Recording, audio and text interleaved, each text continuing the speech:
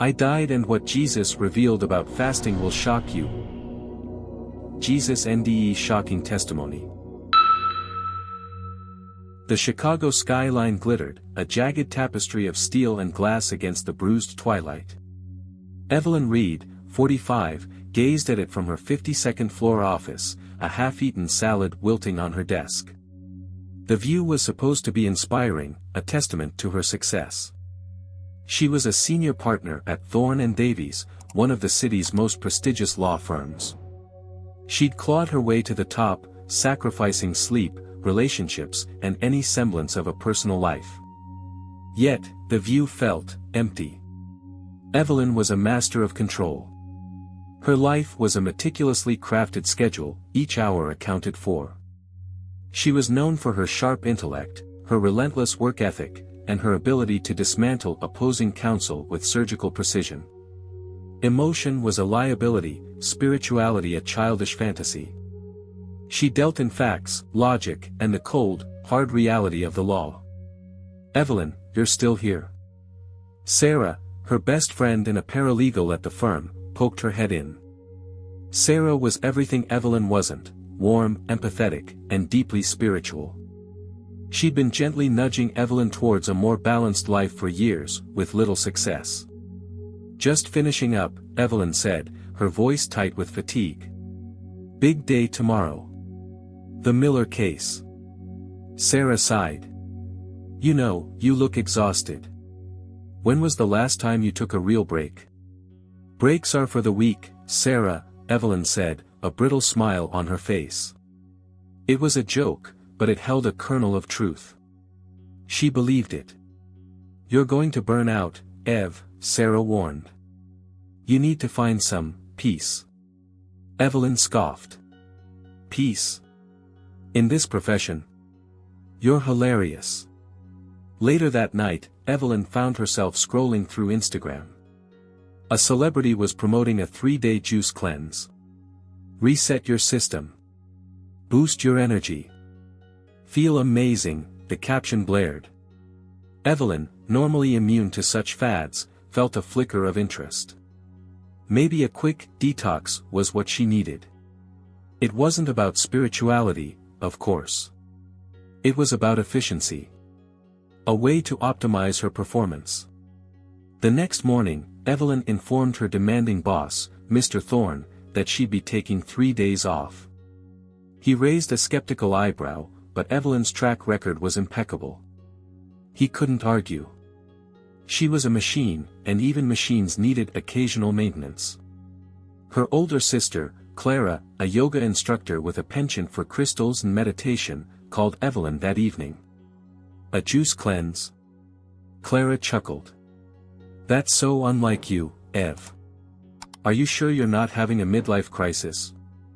It's just for energy, Clara, Evelyn insisted. Nothing spiritual about it. Okay, Clara said, her voice laced with amusement. Just be careful. Listen to your body.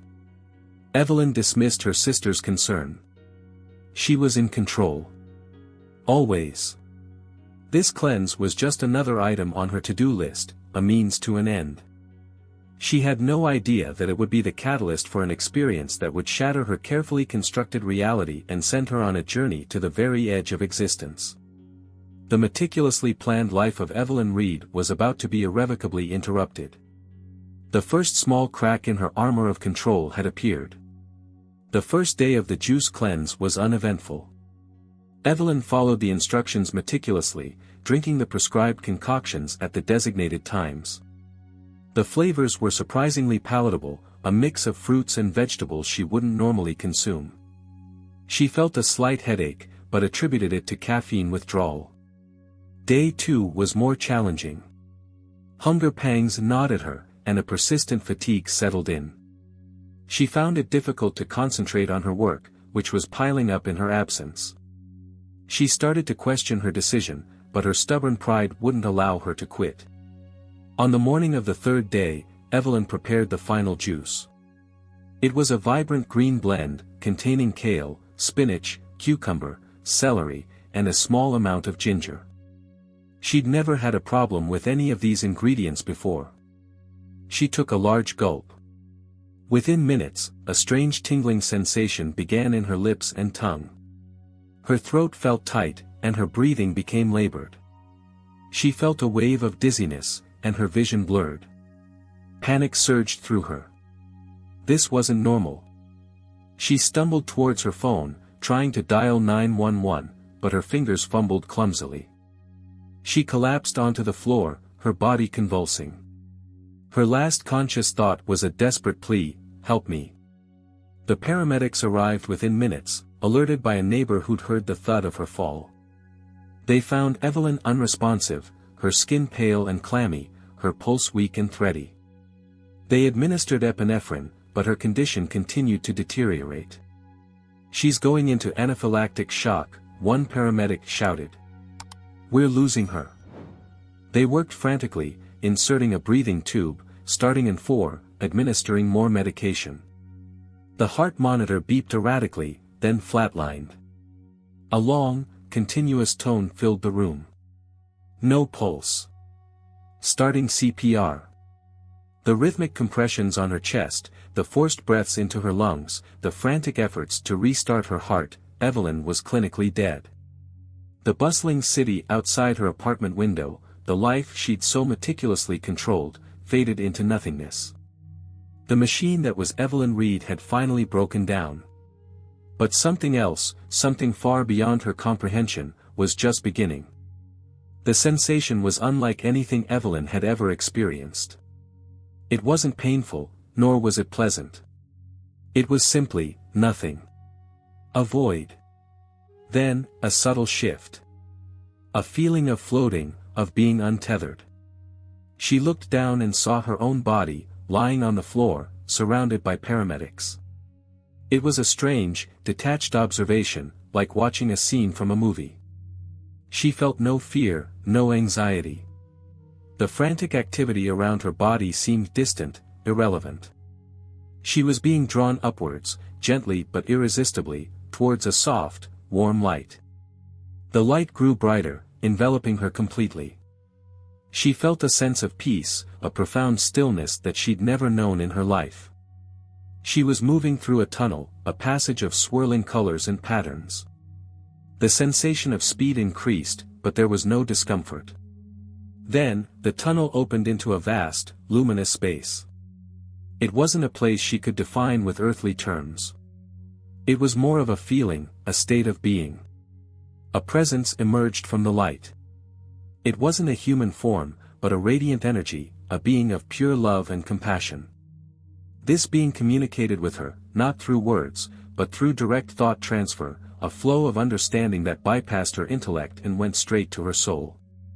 "Welcome, Evelyn," the presence conveyed.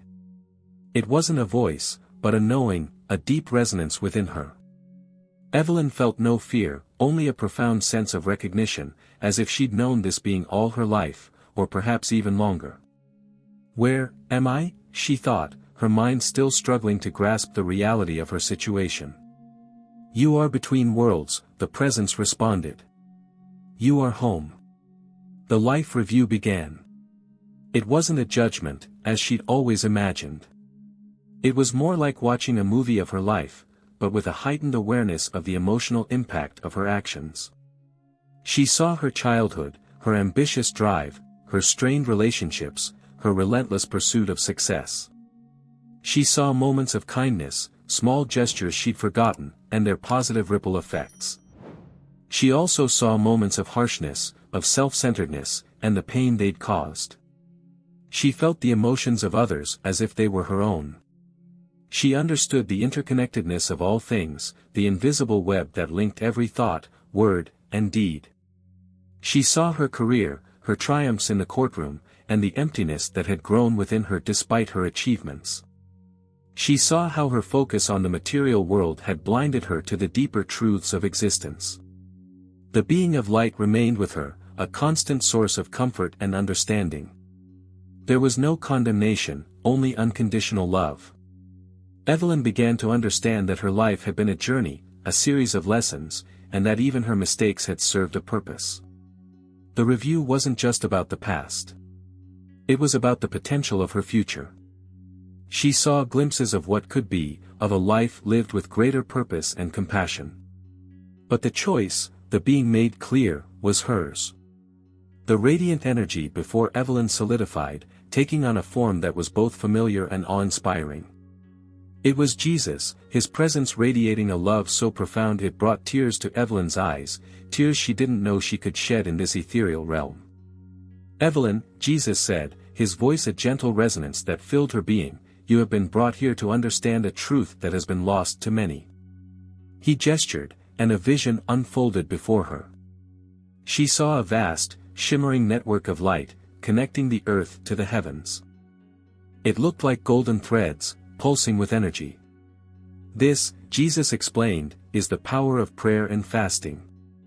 Each thread represents a soul reaching out to the divine, seeking connection, seeking guidance, seeking breakthrough."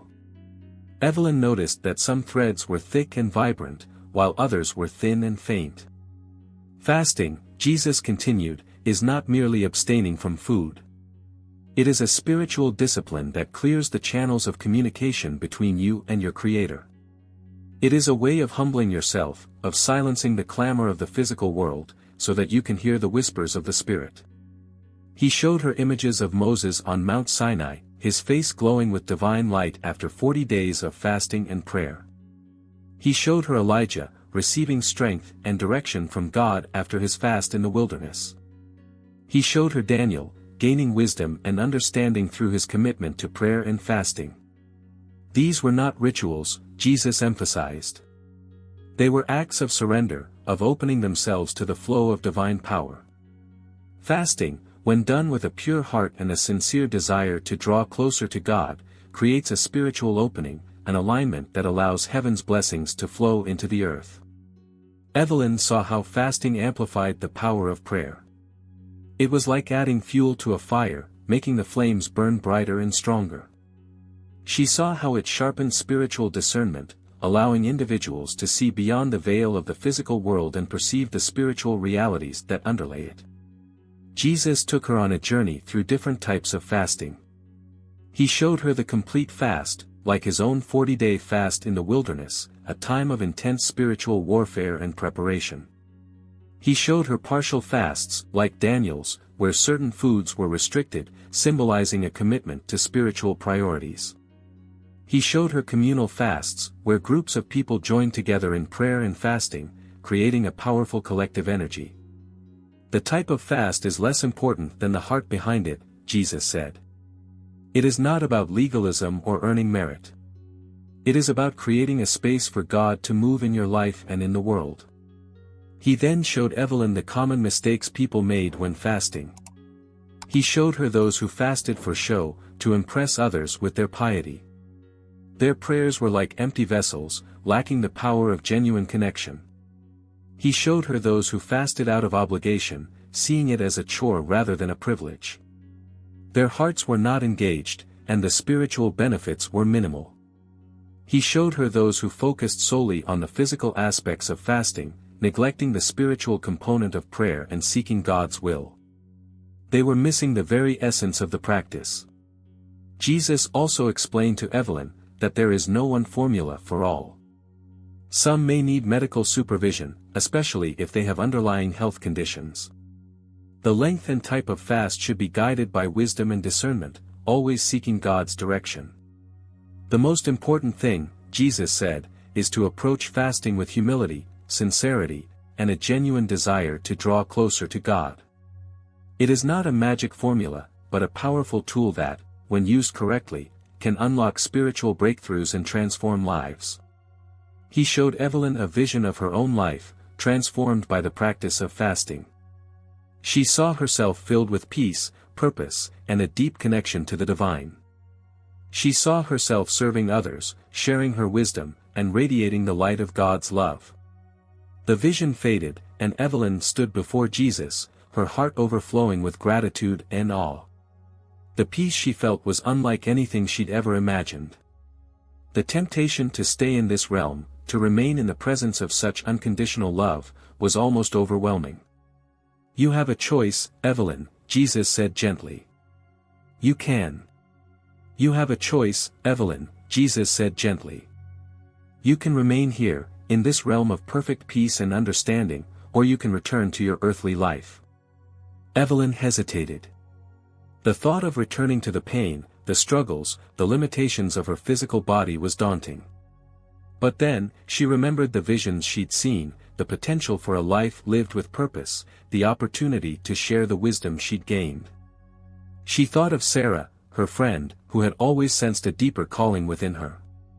She thought of the countless others, trapped in the same cycle of striving and emptiness that she'd known. I want to go back, she said, her voice trembling. I want to share what I've learned. I want to help others find this connection. Jesus smiled, a radiant expression of love and approval. Your heart is in the right place, Evelyn. But know this, the path will not be easy. You will face doubt, ridicule, and resistance. The world will not understand your transformation. But you will not be alone. I will be with you, always. He placed his hand on her forehead, and a surge of energy flowed through her, a feeling of strength and empowerment she'd never known. Go now, he said. And be a light in the darkness. The return was jarring. One moment, she was bathed in the celestial light of Jesus' presence, the next, she was jolted back into her body with a gasp. The harsh fluorescent lights of the ambulance assaulted her eyes. The sounds of beeping machines and frantic voices filled her ears. We've got a pulse, a paramedic shouted, his voice filled with disbelief. She's back. She's actually back. Evelyn felt a searing pain in her chest, the lingering effect of the CPR. She was weak, disoriented, and overwhelmed by the sensory overload. The paramedics were buzzing around her, checking her vitals, asking her questions she could barely comprehend. What happened? She managed to croak. You had a severe allergic reaction, one of the paramedics explained. Your heart stopped. We thought we'd lost you. Evelyn tried to sit up, but a wave of dizziness forced her back down. She closed her eyes, trying to hold on to the memory of the experience, the feeling of peace, the presence of Jesus. It felt like a dream, a fading echo of something too profound to grasp. The next few days were a blur of hospital tests, medical consultations, and baffled doctors. They ran every test imaginable, trying to determine the cause of her allergic reaction and the reason for her miraculous recovery. They found no underlying medical condition that could explain her near-death experience. It's a medical miracle, one doctor said, shaking his head. We can't explain it. You should be dead. Evelyn knew the explanation, but she hesitated to share it. She knew how it would sound. Crazy. Delusional. She was a lawyer, a woman of logic and reason. She couldn't simply tell them she'd met Jesus and learned the secrets of spiritual fasting. She was discharged from the hospital with a clean bill of health, physically, but her life was irrevocably altered. The world she'd known, the world of ambition and achievement, seemed distant and meaningless. The things that had once consumed her, her career, her reputation, her material possessions, now held little value. The first few weeks back home were challenging. Evelyn struggled to reconcile her earthly existence with the profound spiritual experience she'd had. She felt like an alien in her own life. Her apartment, once a sanctuary of order and control, now felt sterile and empty. She tried to return to work, but her heart wasn't in it. The cutthroat world of corporate law, the endless pursuit of billable hours, the constant pressure to win, it all seemed so trivial. She found herself staring out the window, longing for the peace she'd felt in that other realm. Sarah, her friend, noticed the change immediately. You're different, Ev, she said, her eyes filled with concern. You seem lost. Evelyn finally confided in Sarah, sharing her near-death experience, her encounter with Jesus, and the revelation about fasting.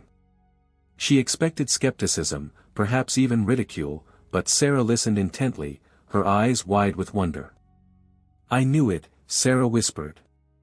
I knew there was something more. I've always felt it. And I've always felt that you were destined for something bigger. Sarah's acceptance was a lifeline.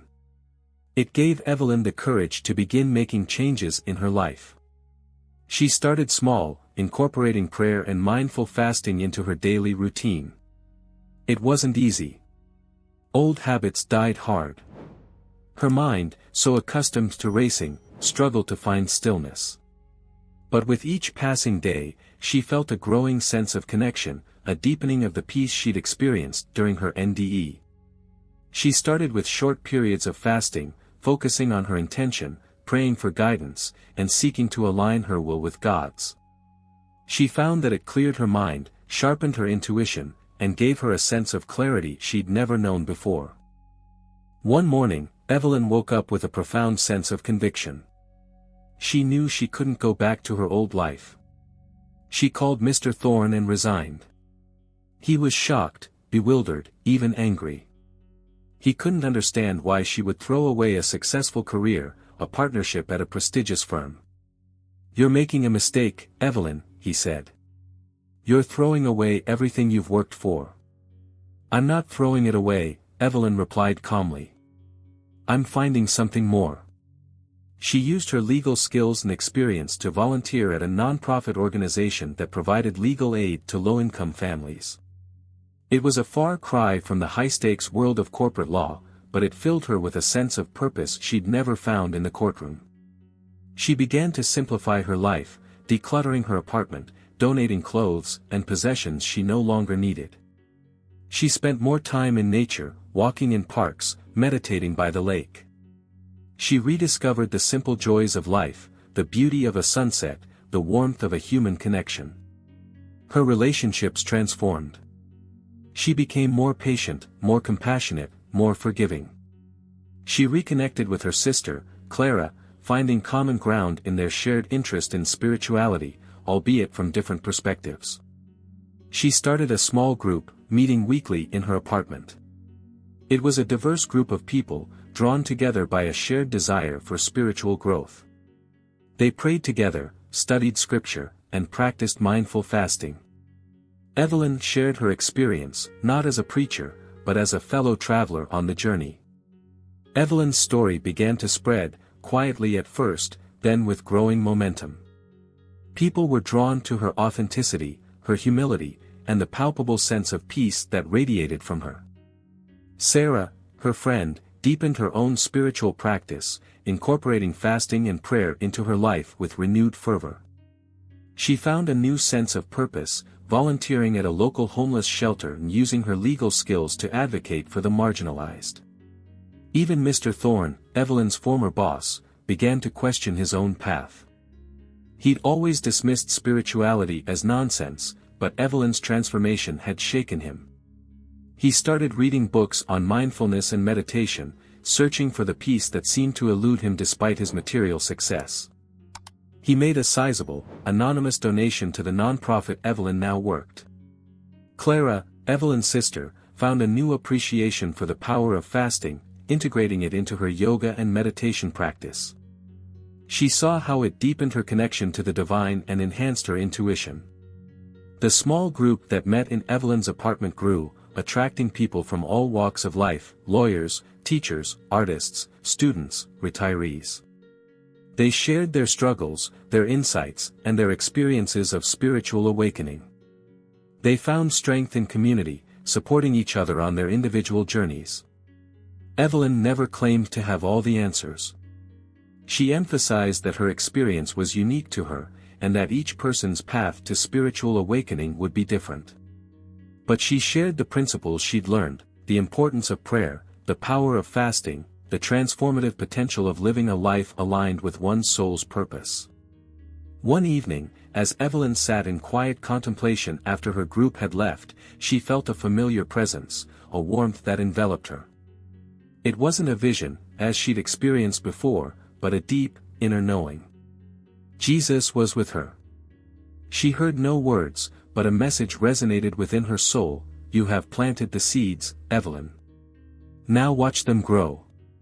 A profound sense of peace washed over her. She knew her journey was far from over, but she was no longer afraid. She had found her purpose, not in the accolades of the world, but in the quiet service of her heart. She had discovered the true meaning of success, not in external achievements, but in the inner transformation that had brought her closer to God, closer to her true self, and closer to the interconnected web of all life. The emptiness that had once haunted her was gone, replaced by a fullness that radiated outwards, touching the lives of others and creating ripples of awakening in a world desperately in need of light.